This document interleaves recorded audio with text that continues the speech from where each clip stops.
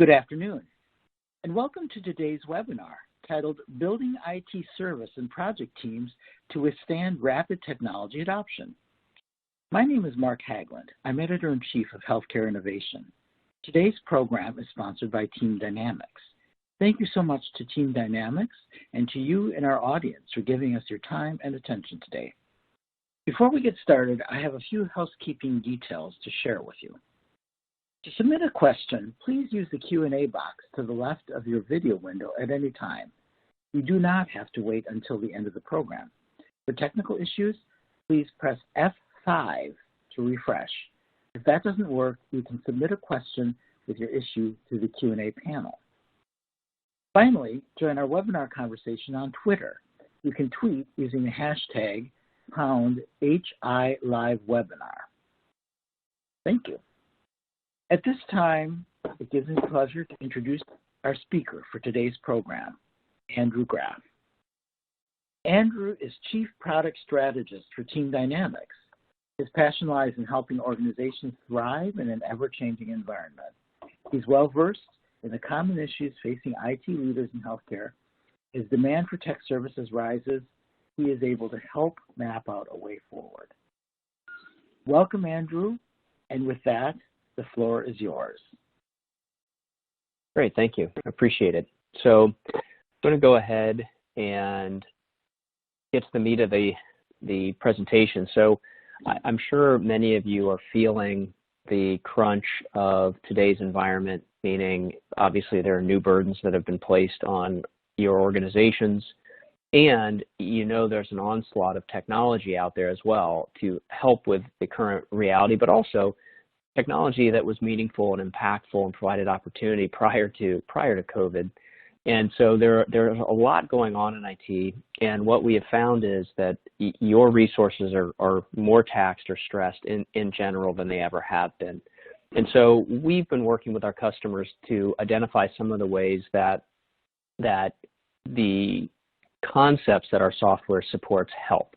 So this presentation isn't going to be about Team Dynamix software. Obviously, there are options. It's going to be more about concepts and processes. So with that, I want to dive right in, and I want to talk about us a little bit, just give you an introduction. So obviously, Team Dynamix, we're a software company. We make project portfolio management and service management solutions and automation solutions focused on these three markets, so healthcare, education, and government. And you'll notice up there names you may recognize, but the key is we support organizations of all sizes within these markets. And these markets have an incredible amount of similarities, from their cultures and their willingness to share with one another to the challenges they're facing, budgetary challenges, new pressures based upon what's been happening over the last few months. And so we're really honored to be able to serve your community and these others. So that's a little bit of background about us. And what we want to really explore today is how can you more effectively focus your resources on what matters. So there are some things we're going to talk about today that essentially allow your resource to focus on the highest impact, highest urgency, more than they have been able to in the past, and also give you tools to navigate competing demands. So you can tell a story to your administration as to where you think your resources should be focused based upon strategy and value and scarcity. So we'll go ahead and talk about a couple of these things, and obviously there are lots of ways to help, but we're going to have to limit it for time's sake just to a handful of spaces. So the first thing I want to talk about is how we manage work.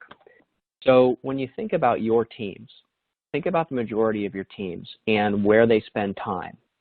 So certain people spend majority of their time providing service and support. Others focus on projects, and almost everyone focuses on a mix, right? We aside from a help desk technician and maybe a pure play project manager, we find that people more and more are wearing multiple hats. And when we have that kind of responsibility that spans project work and service ticket work, having one ecosystem to manage it all is incredibly powerful for a couple reasons. So number one, it helps your resources be more efficient. So if I'm a resource, I work for you, it is much easier for me if I have everything, all my priorities, all the work that I might need to do in one place. So I know where to focus my efforts, and I can update that all without jumping from tool to tool. And maybe in the past where I might miss something because it's in a product or a tool that I or a report that I didn't check, now I have it all in one dashboard. And for you as leaders, what we really like about consolidating all of your work onto a single platform is it gives you better tools to make confident decisions without having to compile a lot of data from multiple tools that's going to be outdated as soon as you have the report. And it helps you push back on unreasonable expectations. So a perfect example today, and we'll talk about this a little more later, but what we're finding is, administration may still want to push forward with some of the large initiatives that we had that were started prior to 2 months ago. A lot of our CIOs in healthcare really have found value in being able to say, look, that was then. Our resources are now burdened in other ways, so we have less capacity than we did in the past, and here is why. Here's where we're spending our time. And that does a couple things. It helps our IT leaders respectfully push back and factually push back and justify additional resources potentially, or help for the reprioritization process. So there's a lot to be said for having one ecosystem to manage all of your work in one place. So that brings us to our first poll question. So the question is, can you view your resource allocations, right, and manage all of your work on a single platform? That's your service tickets, change work, problem, incident, project work. So I'll give everyone a moment to do this. And once again, Team Dynamix is an ideal platform to do this, but if you have components of this already, you may be able to compile some things, developing it internally, et cetera. So obviously a commercial software product can make it easier, but it's not the only answer. All right, so I'm going to go ahead and let's see where we are. Okay, so right now we have about 36% registering that yes, you can. Excellent. And 64% that say no. So the good news here is if you're in the no camp, that obviously gives you an opportunity to improve. Right, so I absolutely see that as a glass half full scenario. Okay, so what I want to do now is we have a video we want to show that profiles Covenant Health in Michigan and their use of Team Dynamix to put some real examples in your mind as we proceed into the rest of the content. So let's go ahead and have a look.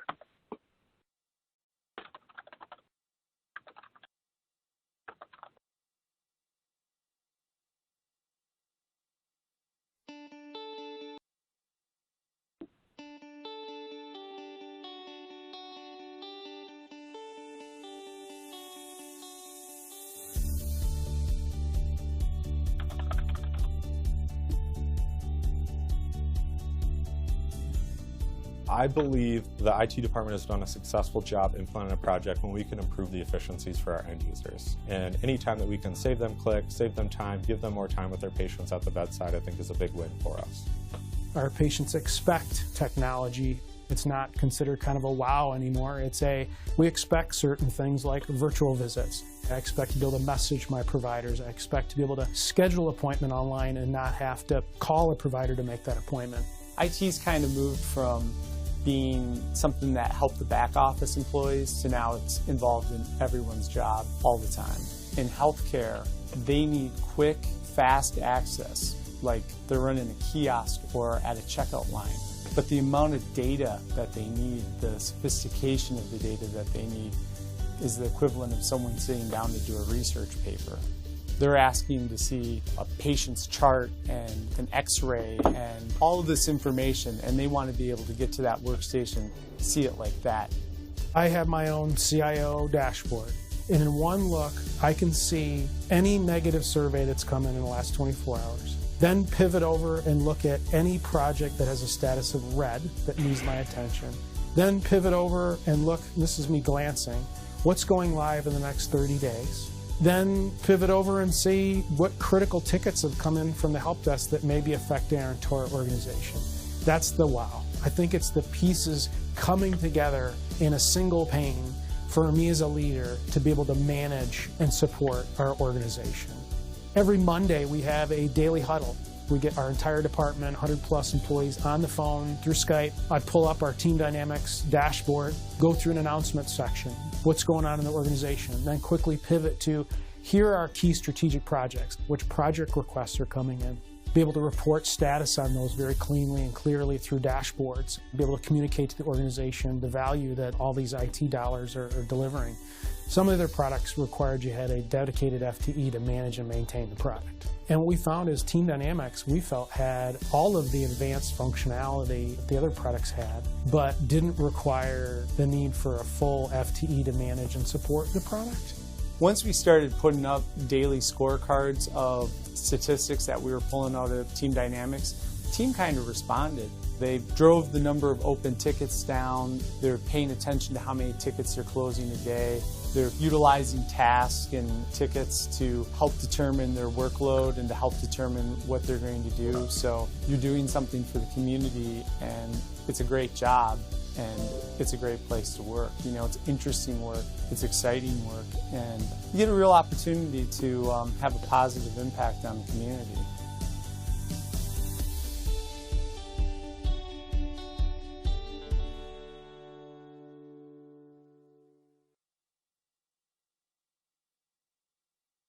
All right, so hopefully that gave you a little bit of a visual on how these concepts work, the consolidation of all of the work into a single platform, how that helps the different teams, and how leadership has that dashboard view across all of the work to make those confident decisions and push back on unreasonable expectations.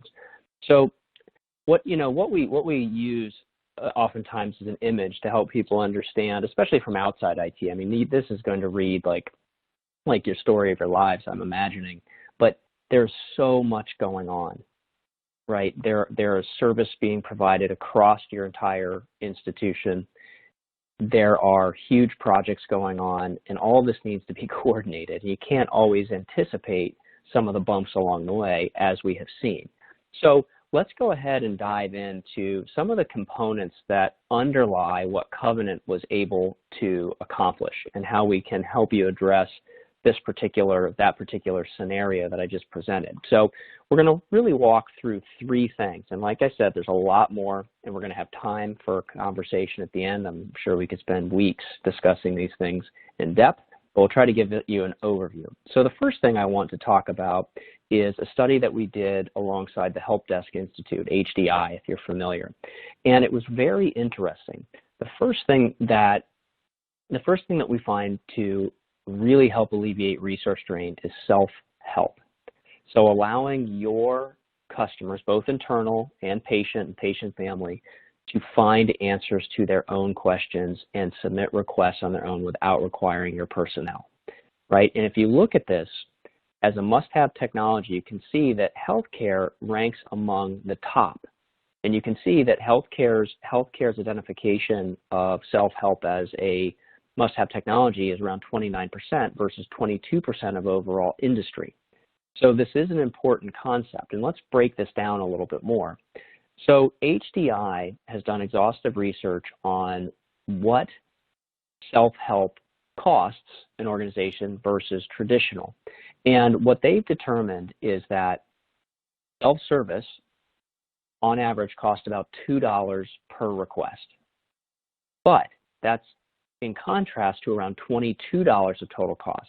When you go ahead and add up all the time somebody spends on the phone, emailing, bringing in multiple people, right, potentially troubleshooting multiple times to figure out exactly what's going on, the costs stack up. Now, even if you think $22 is way too much and your organization is not spending anywhere near that amount of money, cut it in half, right? It's still meaningful. So self-help is an incredibly powerful tool. So let me walk you through a couple of the key components that we have found the most successful organizations employ to support self-help. And we're going to talk about this within the context of a self-help portal. So imagine having a portal, right, where all of this information lives and all the abilities that your internal customers and patients' families, where they would have the ability to actually serve themselves. So let's talk about some of the key components. The first is easy to navigate, right? It has to be logical for them to get from a landing page to where they need to go. Now, second of this is having highly indexed content. What does that mean? I'm sure a lot of you know, but basically that means that this content has been indexed by Google. And that makes it easy to find if somebody just grabs their phone, their tablet, their Mac, or their PC and searches for something, plus the name of your hospital. They should be able to find that, because we find that people Google first. Even doctors Google first. So that's a key component, right? And what we do on that side is we spend a lot of time on the back end of our software making sure that that content is easy for these solutions to crawl. Third, have quick links to the most used content right up front, so that the actions that people need most. How do I get on your Wi-Fi network, right? Where can I get access to? Where can I get access to? How can I get access to my records? What do I do if Epic isn't working for me on my tablet? All those things should be right up front, easy. Clear language is important. So what we find many times is that the first iteration of a client portal, the first iteration is typically done by IT. And what we find is that a lot of users will say, well, it's hard to find things. When I search for things, it doesn't bring back what I was expecting. And often the culprit is how we describe things. So if we described email as Office 365 Outlook, right? Many of the people you support would never find it. They just think email, right? So what we have found here to be really valuable is, as you're thinking about your services and your knowledge and how it's structured, running that past the people you serve and saying, does this make sense to you? When you look at these words, what does this mean? And it can save you a lot of heartache and really improve your adoption. I mean, if you think about it, and think about yourselves, and I fall into this category too, when we are presented with technology for the first time, if it is hard to use and disappointing, it is very hard to bring us back into it. It is very hard for technology to get a second chance. So by starting with bringing your customers into the fold, into how you describe things, it gives you a huge leg up. Fifth, ability to enhance content. What does that mean? Well, that means that we can add video, right? Closed caption video if we need to, right? We can add images very easily to make things easy to understand. Sixth, it has to be mobile. So what we have found is if a solution is built to work on a Mac or PC or a desktop browser, and it doesn't format to mobile, a lot of the people you support are going to be on mobile. So it should be responsive. And by the way, people don't want to download another app. Doctors don't want to, staff don't want to. If they don't have to get another app, great. So responsive web design has seemed to be the most effective solution here. Accessibility is important. So if you're serving people with disabilities, and especially on the care side, right, that has become a bigger and bigger issue. And so people believe, and I believe, that you should provide access to those with disabilities to technology. They should be able to find what they need to get service. And then content permissions. So there's going to be certain content that staff members should be able to see that the people you serve from a care perspective probably shouldn't, right? Think about HR things. So think about a permission-based model where groups have access to certain areas of the knowledge base. And by the way, from an administration standpoint, it's really nice if you can have certain groups administer their area of content as well. So that doesn't have to be centralized. And believe me, there are a lot more things to think about, but we think, based upon the successes we've seen and obviously some of the failures we've seen and help clients through, that these are the key things to think about, okay? So I want to now move to knowledge content and knowledge management. So we did a study with HDI, again, and this was part of it, and it asked about the importance of knowledge management. And you can see that 66% in healthcare call this a must-have technology. Knowledge is the backbone of self-service.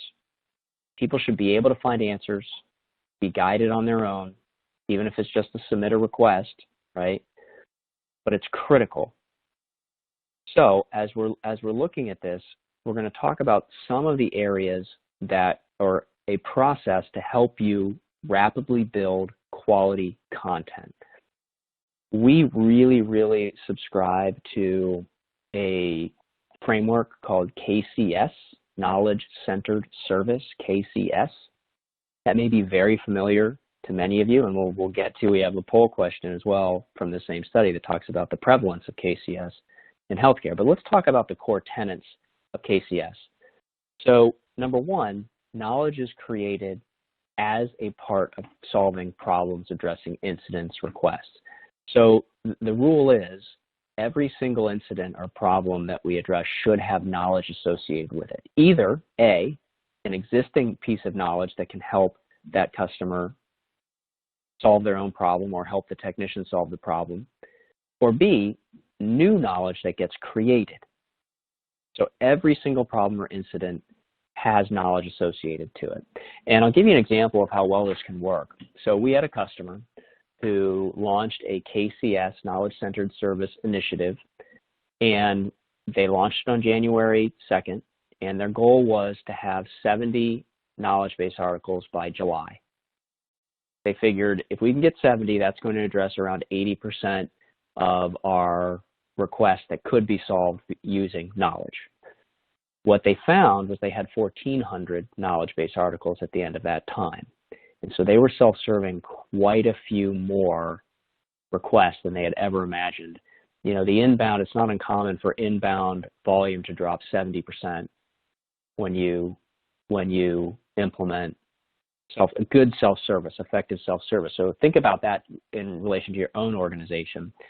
And think about what would happen if your technicians had 70% fewer inbounds. What does that mean? And I think many people jump to immediately, well, we could reduce headcount. Sure, maybe you can. That's possible. Maybe you could reassign people to more pressing initiatives. But what it typically does is it allows technicians to get to the higher impact, higher urgency items faster and spend the appropriate amount of time fixing them. So more major issues can be addressed. That's a big deal, especially when it comes to customer satisfaction. I'm sure those of you who serve doctors know that they're not picky, not demanding at all. So you can imagine that there might be some benefit in serving them faster, more effectively, more thoroughly. Second tenet here is the content is evolved over time.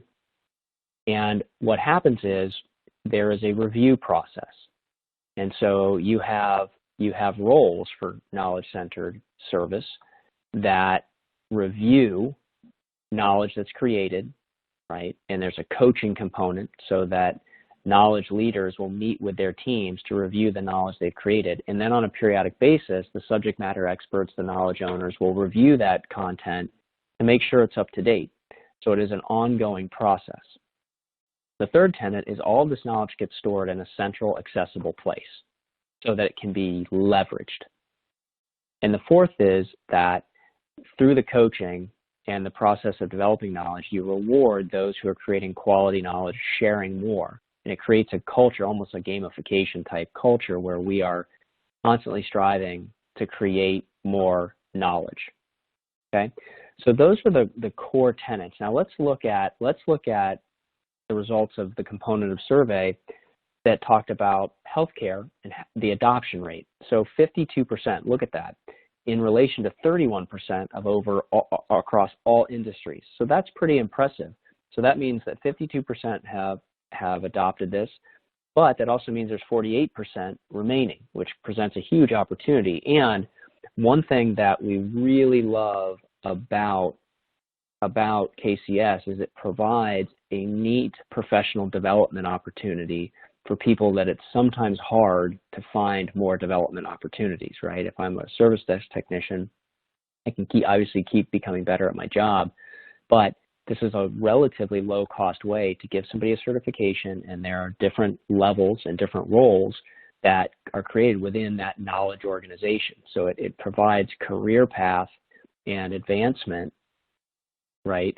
Like I said, on a relatively inexpensive basis. The training's online. It's really, really neat how it can affect an organization and energize people in a service capacity. Okay, so let's now talk about the third component here, and that is the role of the project management office. So, we've talked a lot about service, talked about self-service and the importance of knowledge, which is the backbone of self-service. Those are ways to allow your resources to focus on other things by reducing inbound. And by the way, increase customer satisfaction for the majority of the people you serve. The project management office plays a really unique role in helping you as this onslaught of change and technology is here and impacting you by helping you focus resources to their best utility.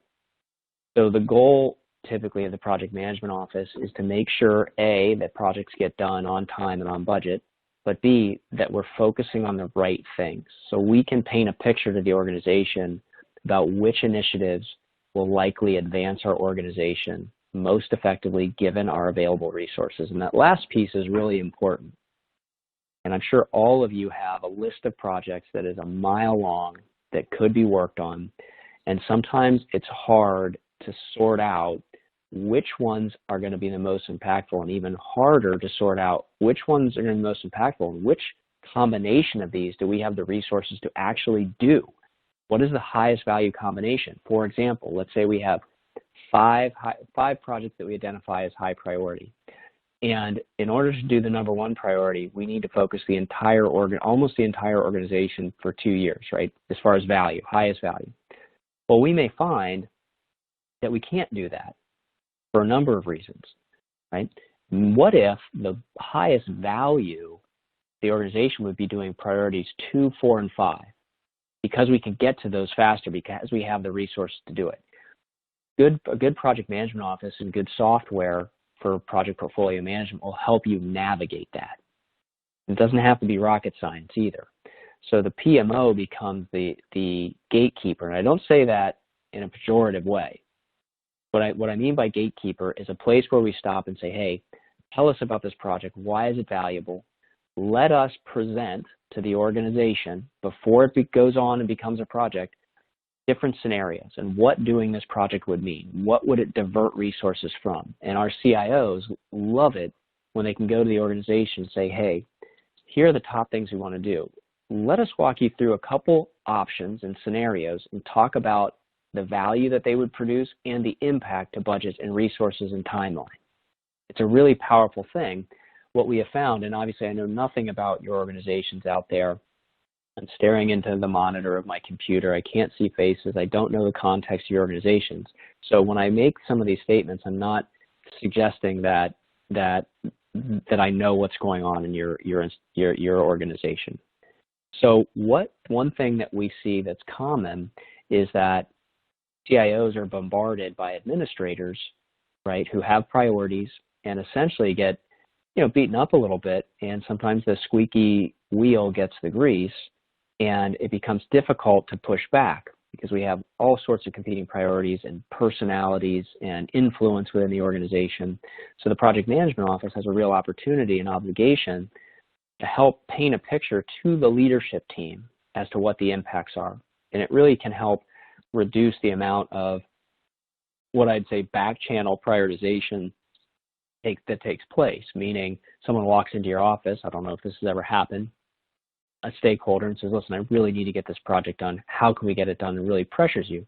Well, they don't have the context of all the other projects. And by the way, the other executives aren't there to weigh in. So a PMO can also organize a governance committee, which can help look across all the projects in the organization, the scenarios that are brought forward, and work together to prioritize. So one voice doesn't overshadow all of them. Obviously, your president and CEO will have a huge voice and will be able to make that call in almost all cases, but having an education about the impacts is really powerful. So the PMO, it has an incredible opportunity here. And, if it seems daunting, some of the things I talked about, you can start small. So think about the main pains you have. If the main pain you have is that, as an example, executives don't see all the other things going on in the organization, right, when they request new things. That PMO can do a good job of going out and sharing on a monthly or bi-monthly basis. Could be more frequent, obviously, could be less frequent. What IT is currently working on, what we believe the priorities are. One of the issues might be that resources are getting pulled into too many initiatives, and so the projects we do commit to are getting damaged by resource draw. So maybe what we want to do in that case is apply a solution where we're showing where resources are allocated and where we have problems. So I have found that the customers that do the best job of this start with the problems and then apply the solution and take baby steps into it. And as soon as we need another piece of information, then add complexity, right? It makes sense. It's harder to do than it seems when you have a bunch of really smart people in a room who see all the potential of all the solutions out there to affect change for a PMO. Reeling that back in is difficult. One of the things that we have found to be very effective as you're thinking about this is when you identify the problem statements, what are the things that are absolutely that are damaging us, that everyone can agree on? And then as we think about the solution, for example, do we need to look at projects in portfolios to represent our efforts towards larger initiatives, right? That's a solution. Resource capacity allocation planning is a solution. Time tracking is a solution to reconcile actuals with estimates. As solutions come up, if you have well-defined problem statements, you can say, do we need this to fix that? And if the answer is no, you can put it in a parking lot and move on. And now by the end of that, you'll have a nice long list of things to consider in the future. You've already started the thought process of how you could evolve. So just a tool or technique that we've seen clients use effectively. Okay, so I have a poll question. Do you have a formal PMO in place? Is that question. So I'll give you all a minute to answer. Always interesting. And by the way, PMOs evolve very frequently. So business needs change. PMOs evolve. So, you know, the PMO that if you have one, the one you implemented, 3 or 4 years ago, you know, it's often an interesting exercise to look at the needs of the organization to see if they've changed, and does the PMO need to change as well? Okay. Let's see. All right, so about half and half. That's excellent. And I will say for those in the non-PMO group, if you've tried and failed, or there doesn't seem to be support for the PMO, we have seen a couple things work. Number one, finding an executive sponsor who believes in it, help push. B, not calling it a PMO. That seems funny. You might laugh about that. But it's amazing when you say, when executives say, I don't want a PMO, and you explain it differently and say, hey, would you like to see a list of all the things you're working on prioritized, and as you have new ideas, would you like to better understand the impacts and what we might need to give up, or what value you might be postponing? Would that be helpful? A lot of times the answer is yes to the second, no to the first. So no, I don't want a PMO, but yes, I'd like those things. You can call it whatever you want. Put it in any department that you think makes sense. There are other ways to do it. So as we're looking at this, right, we have seen in the past, and this is prior to the last eight or 12 weeks, it's all blurring together now, but that budgets were increasing. What we do know now is that the scrutiny on where resources are being spent has increased. So the PMO is certainly something that is certainly something that's incredibly important in today's climate.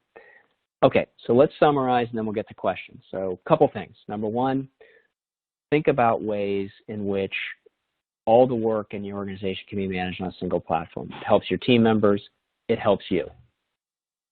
Okay? Second, think about self-service and knowledge sharing. So how do we create knowledge on a systematic basis, drive more and more self-service?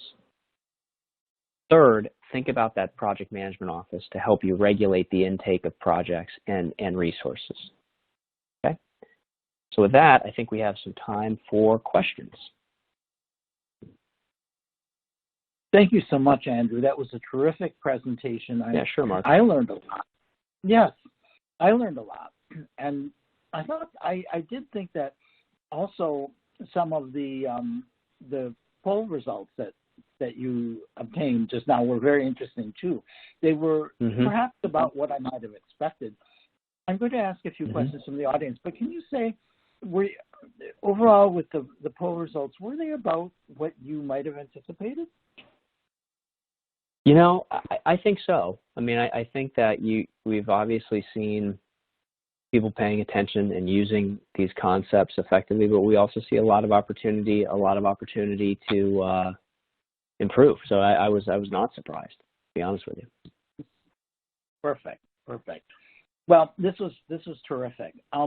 We do have a few questions from the audience, so I'll begin by asking, how do you get people to start using a self-service portal instead of the usual thing that has always been the case, emailing or calling IT? It's a cultural change, isn't it? It certainly is. Yes, it is a cultural change, and a couple things. The best organizations that we've seen, the most successful, take a marketing approach to it.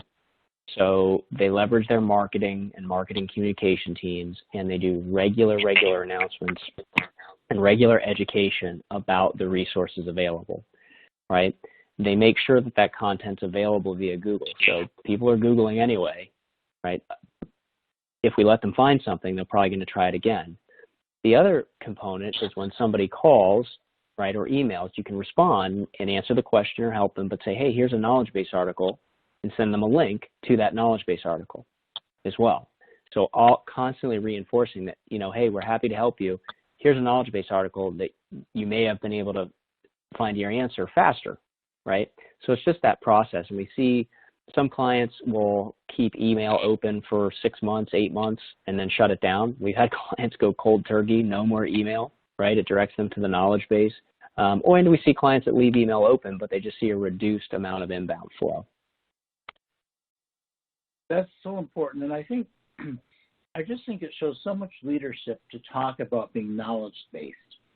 It really is where things have to go. I know when we've interviewed leaders in organizations, they said, you know, we can't, the old ways of thinking just have to go at this point. And I think that's probably even more true now than before. So that's great. Another question, what is the best way to get project managers on board with using some form of combined system right now? Well, I think that, you know, project managers, pure play project managers, may not have as much incentive to consolidate to a platform. You're really going to look for the people who are the parts of the organization that do both, that are doing change management, service management, and project work. That's where you start, right? And trying to figure out who really has a pain, where does that pain exist? Those are the people who are usually most likely to advocate for consolidating because they're using multiple systems. It's hard to get reporting. From a project manager's perspective, I think that the key there is if they need to interface with the folks who are doing change management, a lot of projects require changes to our infrastructure, that there's a tie-in there. So I think that's probably the best place to discuss it with a project manager. That's great. It almost sounds like health IT leaders have to be diagnosticians on a certain level, right? To really understand what's going on and ask good questions of people connected to them. Yeah. Absolutely. Yeah. Great. So another question, what advice would you give to someone who's trying to start a PMO? I think that's a really interesting question because, as you know, as you found, about half of organizations have them and half don't. I would really be interested to be sitting down in a boardroom with the C-suite of an organization that doesn't have one to kind of try to find out what was in their culture that they haven't gotten that far. But anyway, what advice would you give? Yeah, I think that first, clearly articulate pains that having a project management office would solve, and those pains have to resonate with executive leadership. So A common pain might be, do we have confidence that we're spending our resources in the most value-add way? Are we finding that projects get regularly delayed because other projects jump in and steal their resources, right? That's a pain that most leaders can feel, right? Is it difficult for us to articulate the value that the projects we do provide? These are pain statements that if we can figure out the executives that relate to our pain, it's easier to get support. That leads me to the other thing is find executive support. Without support from at least the CIO or even maybe somebody higher outside like a CFO or COO, it's very difficult to implement a project management office because it's change. It requires work. We're not doing the things the way we used to. And some people don't like it that they can no longer walk down and ask their friend to do a project for them.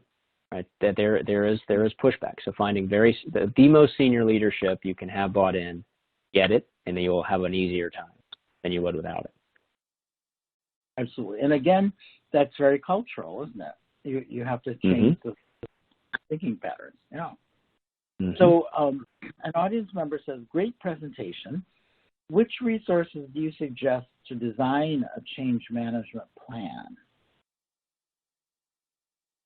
I'm wondering if they're talking about technical change management or a change management plan to implement some of the things we talked about. So there's cultural change and then there's technical change management. I'm assuming it's going to be the cultural change management. I'm going to guess cultural. Yeah. Why don't you answer that one? Yeah. So again, I think that getting buy-in that we have a problem that needs to be solved is the first step. So figuring out who is feeling the problem, who feels as though it's a problem worth solving, right? Developing those problem statements, laying out what potential solutions there were going to be applied, and then also asking the organization and saying, listen, do we all agree that these are problems that need to be solved? Here are some solutions in gaining buy-in.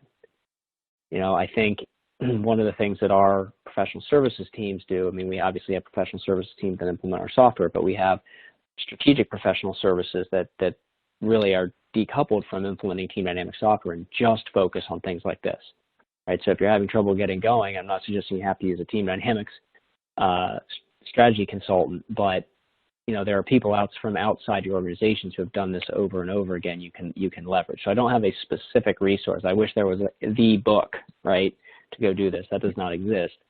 And I might. I just don't know of it if it does.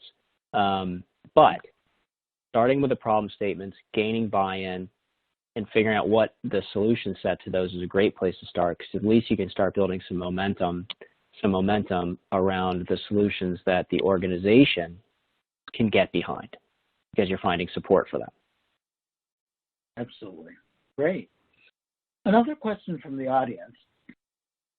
When working with a skeleton crew in IT, and the audience member writes in parens 2 to 3 help desk folks, how can you start implementing some of these changes that you've advised?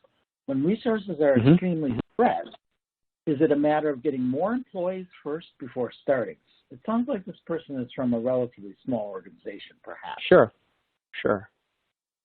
So one thing in that instance that can help is starting with creating a knowledge base that addresses the source of 80% of your inbound requests. That is typically things like password reset.